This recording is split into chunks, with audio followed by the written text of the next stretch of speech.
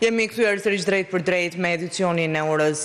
10. Një 58 vjeçar u gjet sot i vrarë me armë zjarri në lagjen Hajro Çakëri në Vlorë. Për më tepër detaj lidhim këto momente drejt për drejt me gazetaren Greta Haskaj. Greta, çfarë detajesh na përcjell në lidhje me këtë ngjarje të rëndë të regjistruar mëngjesin e sotëm? Mirëmëngjes Greta, në fakt mëngjesin e sotëm rreth orës 6 të këtij mëngjesi, pikërisht në lagjen Hajro Çakëri, në anë të rrugës, në afërsi të banesës së tij, është gjetur pa shenja jete i qelluar me armë zjarri një 58 vjeçar banues në Vlorë. Renato Hoxhaj mësohet të jetë identiteti i 58 vjeçarit, i cili është qelluar pikërisht në këtë aks rrugës, siç e shikoni dhe mbas krave të mi, në afërsi të poliklinikës dhe po ashtu të subjektit privat ku ai punonte si roje nate. Mësohet se Renato ishte i punësuar si roje në këtë subjekt në afërsi të shtëpisë së tij dhe rreth orës 6 të mëngjesit, kur ka qenë duke lënë turnin e punës dhe duke ju drejtuar banesës së tij, është qelluar pikërisht në këtë moment.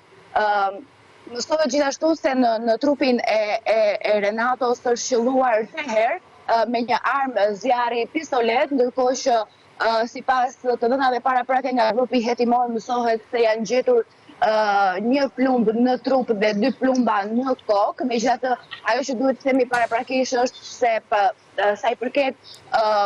backgroundit apo të shkuarës 58 vjeçarit, duhet të themi se është një person pa precedent penal të mëparshëm apo pa konflikte të mëparshme që mund na çonin deri në zbardhjen apo për të gjetur, si themi, shkaqet e kësaj ngjarje, por megjithatë paraprakisht është ngritur një grup i posaçëm hetimor dhe në drejtimin e prokurorisë së Vlorës, ku po vijojnë intensivisht hektimet për zbardhjen e rrethanave dhe sigurimin e provave, në fakt me qëllim dokumentimin ligjor të kësaj ngjarje, identifikimin dhe gjithashtu kapjen e autorëve. Ajo që dihet në fakt deri më tani, kur kanë kaluar jo më shumë se 4 orë nga ndodhja e kësaj ngjarje, është se policia nuk ka ende asnjë fakt dhe asnjë të dhënë përveç se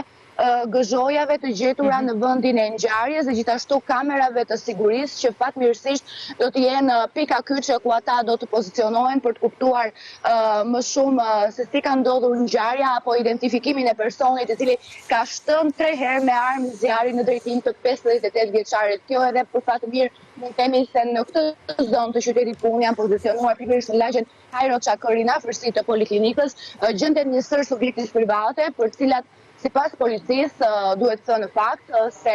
do të jenë prova kryesore materiale që do të çojnë deri në zbardhjen e kësaj ngjarje. Megjithatë duhet thënë edhe një herë se Renato Hoxhaj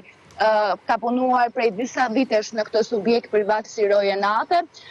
familjar, pikërisht ka qenë bashkëtuesja e tij, e cila ka dëgjuar të shtënat e armës, ka dalë në balkon dhe më pas ka gjetur bashkëshortin e tij në tokë, ndërkohë që ka lajmëruar dhe më pas policin, por asnjë precedent penal të mëparshëm dhe asnjë konflikt i mëparshëm që mund të na çojë në pyetjen se pse është qelluar Renato Hoxhaj. Ndërkohë, Greta, policia po heton edhe të kaluarën e viktimës? Është e vërtet në fakt, pasi është ngritur, mund të themi, një grup i posaçëm hetimor i cili po heton mbi të shkuarën e viktimës për të parë arsyet se pse është kryer ky atentat ndaj tij pikërisht në orët e para të mëngjesit të sotëm, të kësaj të diele, dhe nga informacionet paraprake që kemi dhe gjithashtu nga komunikatat e policisë, po ashtu të marrë në pyetje banorët e lagjes dhe familjarë të viktimës, kemi mësuar dhe këtë e kemi të sigurt në fakt nga burimet e bluve të Vlorës, se